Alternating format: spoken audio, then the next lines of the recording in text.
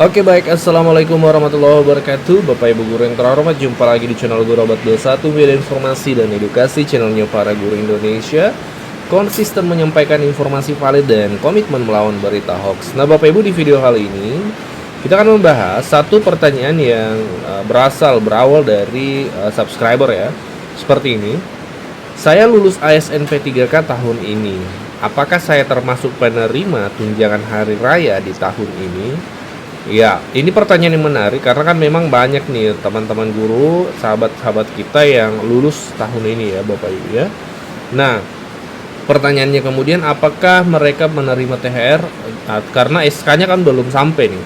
Kebanyakan daerah kami pantau belum penyerahan SK karena memang saat ini masih diproses pengisian DRH dan proses administrasi ya. Nah, oke Bapak Ibu, kita akan bahas ini, disimak sampai tuntas. Nah, untuk menjawab itu, kita jawab berdasarkan juknis tunjangan hari raya yang dikeluarkan tahun 2024 kemarin. Ya, Bapak Ibu, setiap tahun perlu Bapak Ibu ketahui, pemerintah itu selalu mengeluarkan peraturan pemerintah berawal dari PP dulu, peraturan pemerintah yang ditetapkan oleh Presiden terkait THR dan gaji 13. Lalu disusul oleh peraturan Menteri Keuangan sebagai juknisnya. Nah, ini salah satu contoh juknisnya di tahun lalu, tahun 2024. Kenapa kemudian 2024 kami ambil bukan yang tahun 2025? Karena memang juknis 2025 ini belum keluar. Tapi biasanya setiap tahun itu isinya terkait penerima itu tidak berbeda. Ya, kami sudah bandingkan dengan 2023, kemudian 2022, itu penerimanya selalu sama kategorinya, sehingga bisa menjadi referensi juknis ini untuk menjawab pertanyaan dari Bapak Ibu tadi. Kita lihat di Peraturan Menteri Keuangan Republik Indonesia Nomor 15 Tahun 2024 tentang petunjuk teknis pelaksanaan pemberian tunjangan hari raya dan gaji ke-13 kepada aparatur negara, pensiunan, penerima pensiun, penerima tunjangan tahun 2024 yang bersumber dari anggaran pendapatan dan belanja negara. Nah, di sini Bapak Ibu, dalam salah satu pasal yang akan kita jadikan referensi itu disebutkan kategori penerimanya Bapak Ibu ya. Kita lihat. Oke, kita cari di pasal. Oke, kita perkecil dulu supaya kita gampang temukan ya Bapak Ibu. Oke, di pasal ini dia, di pasal 3 Bapak Ibu. Kita zoom. Oke, di pasal 3 disebutkan aparatur negara sebagaimana dimaksud dalam pasal 2 A. Jadi penerima THR itu yang pertama PNS dan calon PNS, kemudian P3K, kemudian prajurit TNI, anggota Polri dan pejabat negara. Jadi jelas Bapak Ibu ya, di sini disebutkan ada keterangan P3K. Jadi P3K itu termasuk penerima tunjangan hari raya setiap tahunnya sebelum hari raya. Nah, kemudian bagaimana jika misalnya SK-nya belum diterima saat ini? Apakah nanti pada saat hari raya itu menerima THR seperti itu?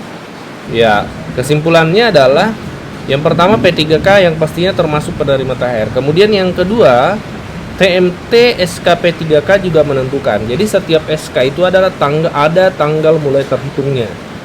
Ya. Jadi nanti ketika Bapak Ibu menerima SK itu kan bisa diketahui di TMT-nya Bapak Ibu.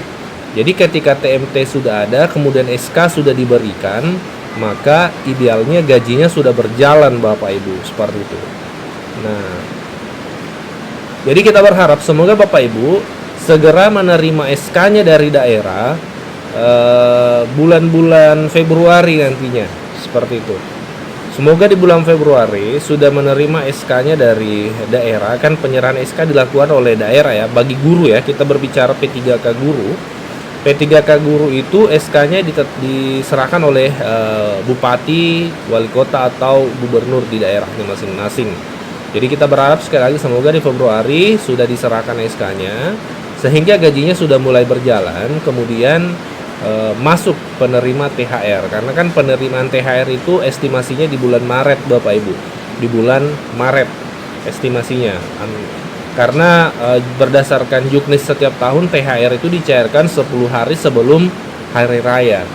Ya, jadi kalau SK-nya sudah diterima Februari, maka besar kemungkinan THR juga termasuk penerima THR di bulan Maret, seperti itu Bapak Ibu. Jadi fokus saja dulu untuk penyelesaian administrasi penyerahan SK, termasuk DRH dan seterusnya. Semoga ini menjawab pertanyaan. Silahkan dikoreksi jika keliru Bapak Ibu yang lainnya, dan silahkan ditambahkan jika ada yang kurang di kolom komentar. Hasil kebijakan kenaikan UMP 2024. 2. Optimalisasi penyaluran bansos di bulan Februari dan Maret 2025. 3. Pencairan THR bagi ASN dan pekerja swasta di bulan Maret 2025. 4. Stimulus pada bulan Ramadan, yaitu A. Diskon harga tiket pesawat, B. Diskon tarif tol, C. Program diskon belanja, D. Program pariwisata mudik lebaran, E. Stabilitas harga pangan. 5. Paket stimulus ekonomi. A. Diskon tarif listrik, B.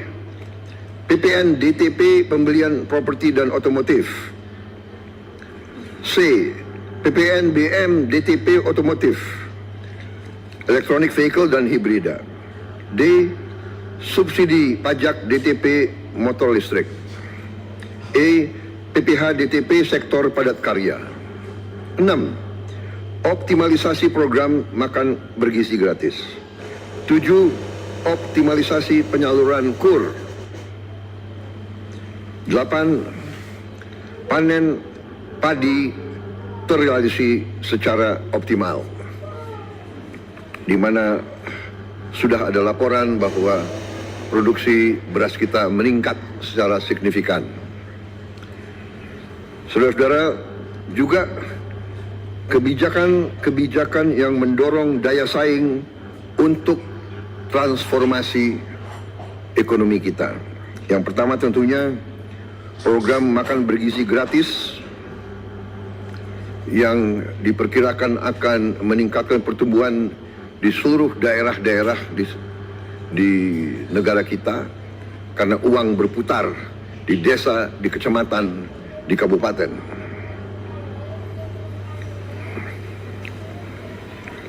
2. Program ketahanan pangan dan energi berjalan terus. 3. Optimalisasi pengelolaan BUMN kita melalui konsolidasi ke dalam suatu dana investasi nasional, ya, yang akan kita launching tanggal 24 Februari yang akan datang, yaitu Danantara, ya.